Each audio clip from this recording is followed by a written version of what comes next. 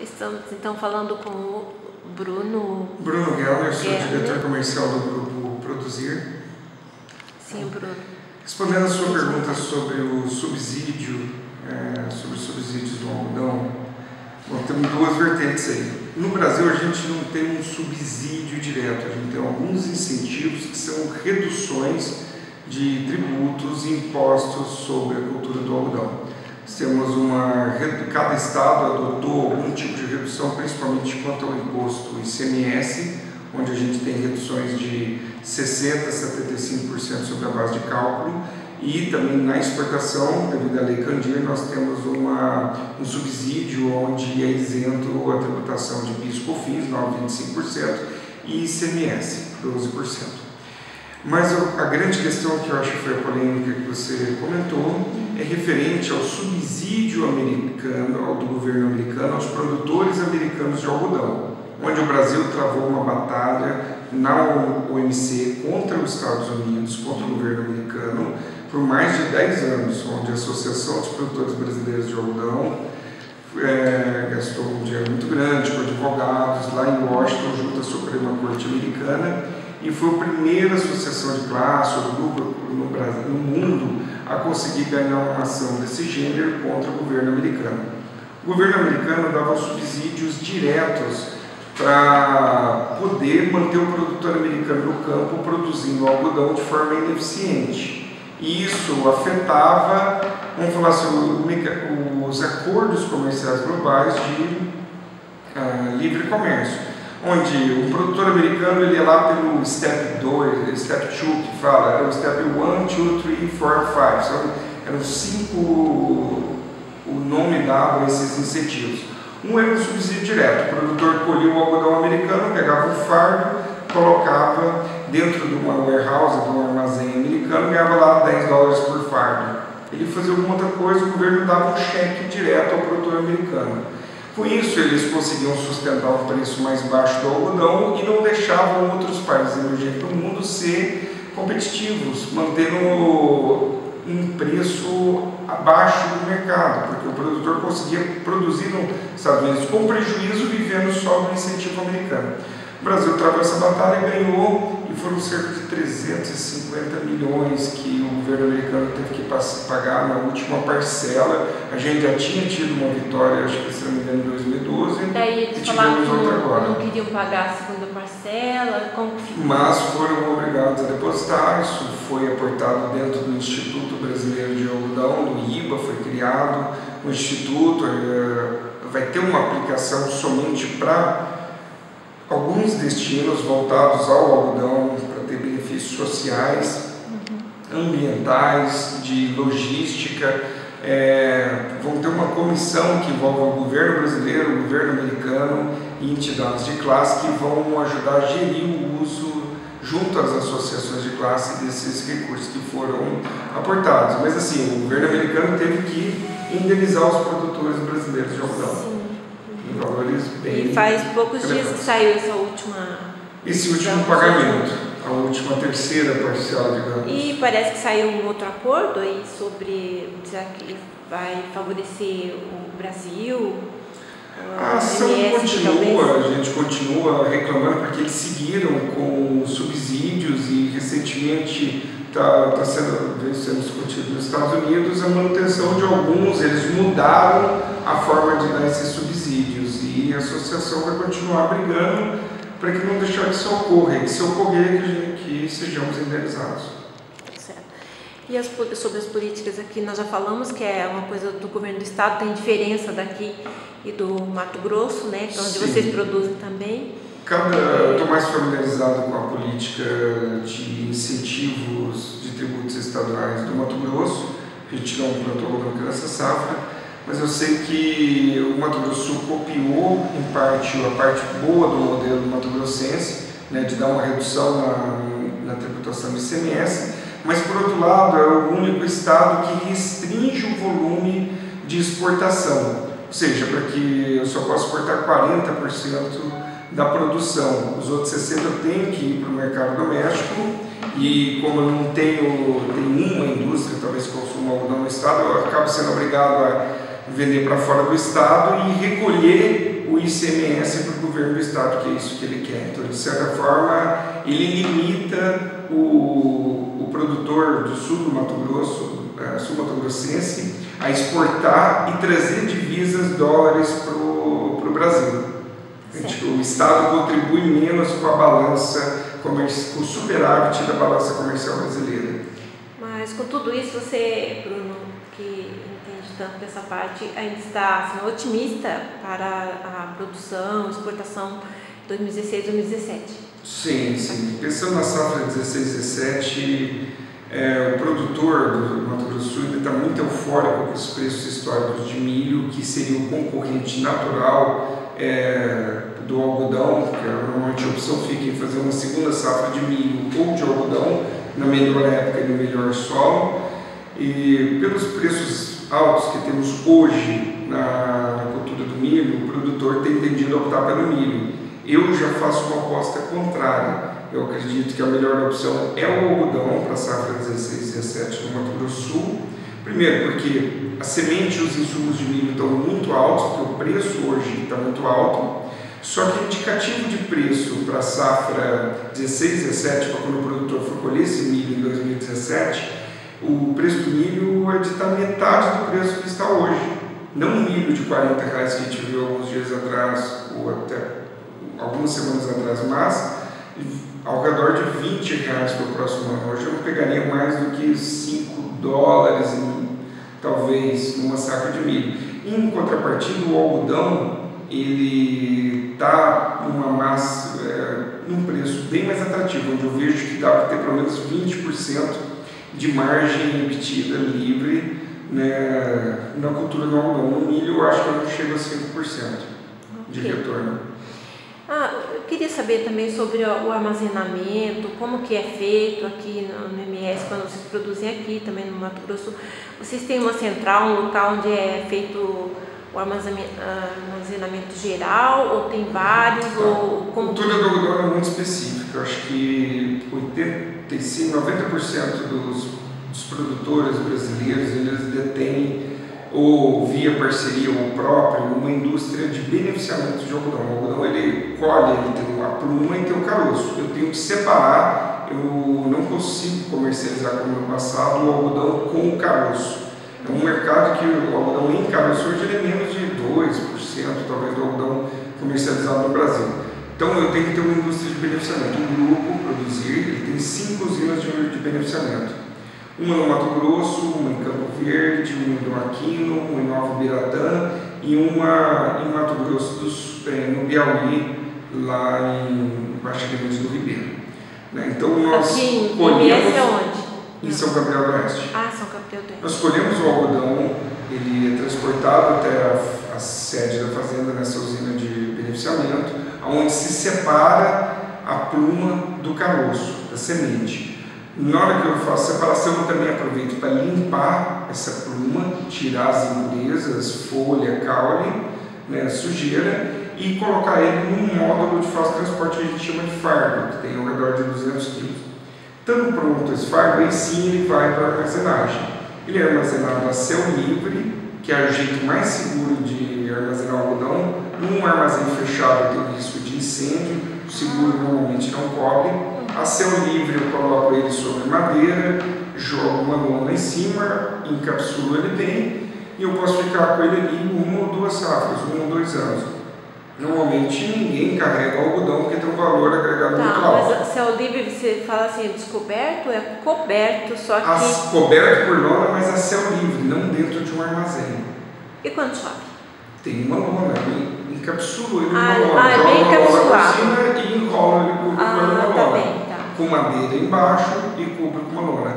Praticamente todo o algodão brasileiro, salvo raras exceções que insistem por dentro de um armazém fechado, de uma construção de alvenaria, é armazenado dessa forma.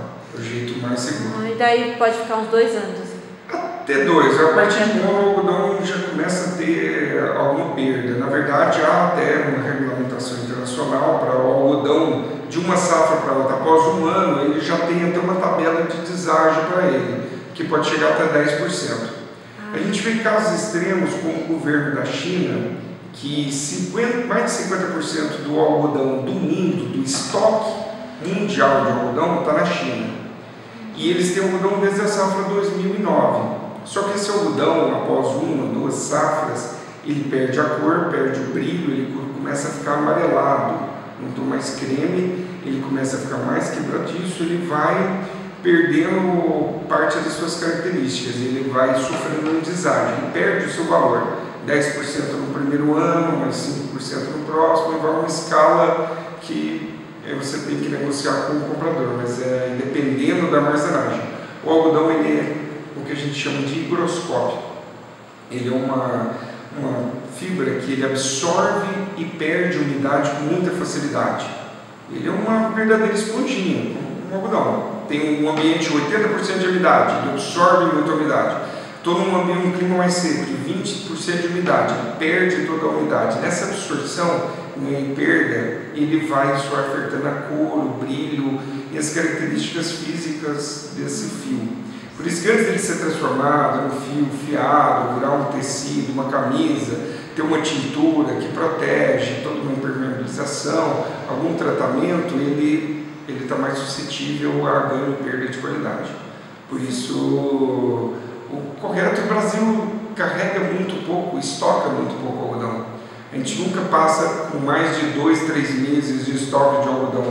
Já chegamos a 2, 3 décadas atrás a ter um ano de estoque, mas hoje a gente chegou a trabalhar nesse ano, que acho que foi um dos menores estoques de pluma carregado entre uma safra do Brasil, até coisa de 15 dias, 30 dias de estoque. Ou seja, se não viesse uma safra nova, as indústrias nacionais parariam, teriam que importar o fio, a pluma. Por que não? Queria te perguntar também, você que conhece, vai visitar outros países, conhece as características do algodão de lá. O algodão aqui brasileiro, aqui do Centro-Oeste, tem uma característica específica? É mais bonito? É o quê? Vou contextualizar primeiro o algodão brasileiro frente ao mundo. A gente tem 4, talvez 5 países no mundo que colhem o algodão mecanicamente, com máquinas. O restante colhe manual. O mercado mundial prefere o algodão colhido à máquina, que é o padrão americano. Então, hoje, Estados Unidos, Brasil, Austrália, Argentina e parte da Turquia e um pedaço da China colhem mecanizado. Qual que é a vantagem do algodão mecanizado em relação à colheita manual? Quando um colhedor manual vai lá, está caindo fio de cabelo, está caindo contaminante, o cara coloca pedra, pau, todo tipo de coisa para dar peso junto do algodão. Isso é difícil, um fio de cabelo, por exemplo, separar de um fio na hora de fazer um fio na indústria têxtil. Acaba com um fio de péssima qualidade. A colheita manual tem os seus defeitos, mas ainda é preferida no mundo afora. Então isso, o Mato Grosso do Sul praticamente 100% mecanizado, não tem nenhum relato de colheita manual aqui.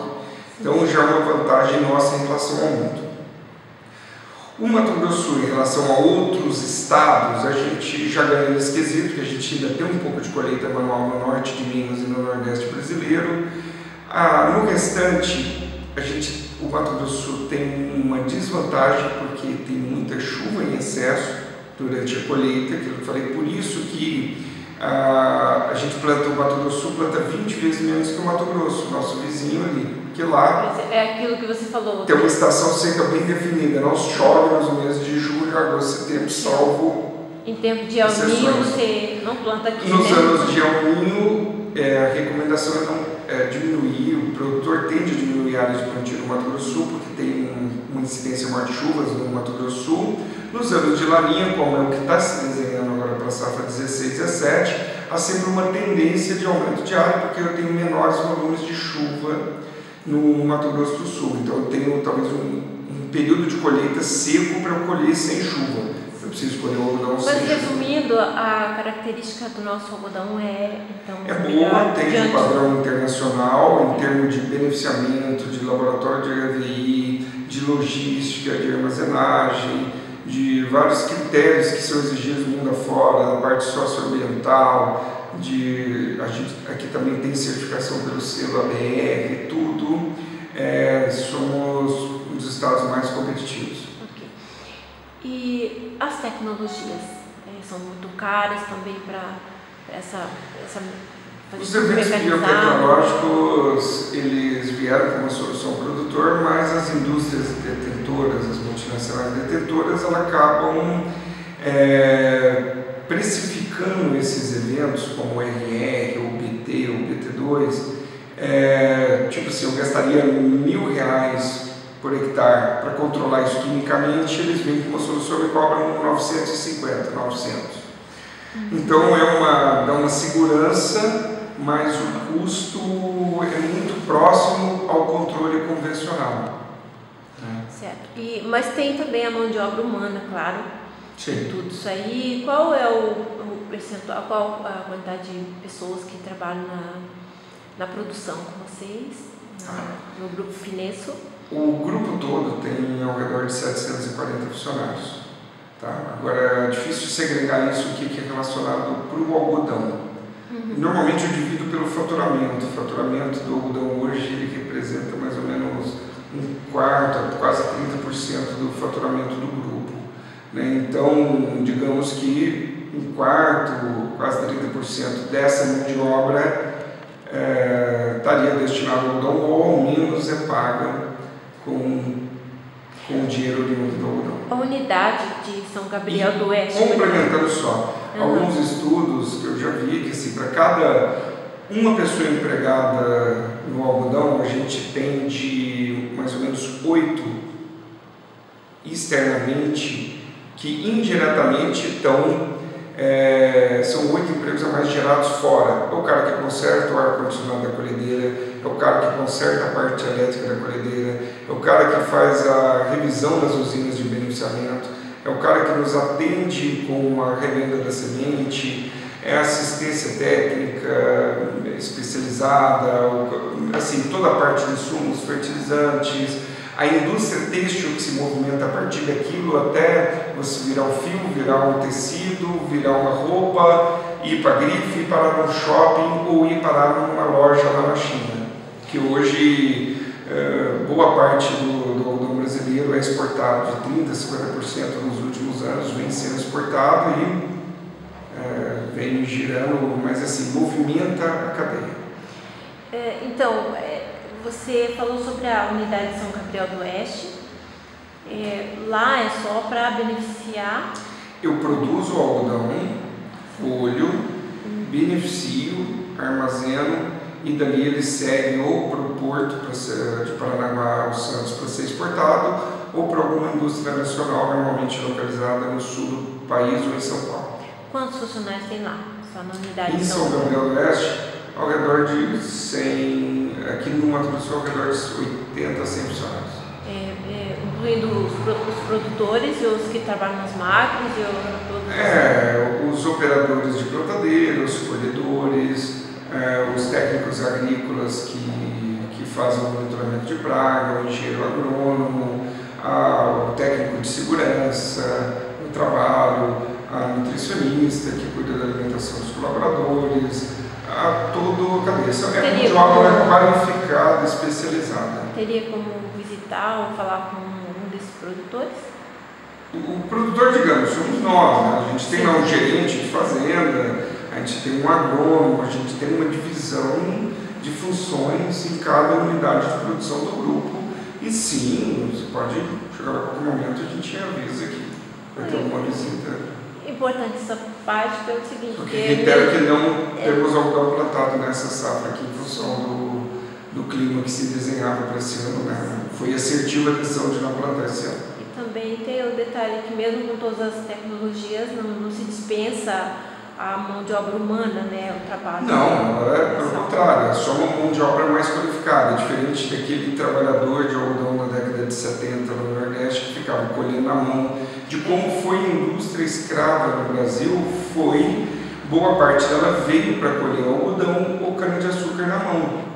Né? Então era uma mão de obra que gerou um passivo social muito grande para o país, um atraso muito grande. Hoje, ao invés do cara estar um bom colhedor normal colher 10, 15 arrobas na mão, eu tenho uma máquina que me colhe 2.000 arrobas por dia, que me faz o trabalho de 500 a 800 homens. Agiliza bastante. Só que esse corredor, ele trabalha com toda a segurança, com EPI, com horário, com todos os direitos trabalhistas, que são dos mais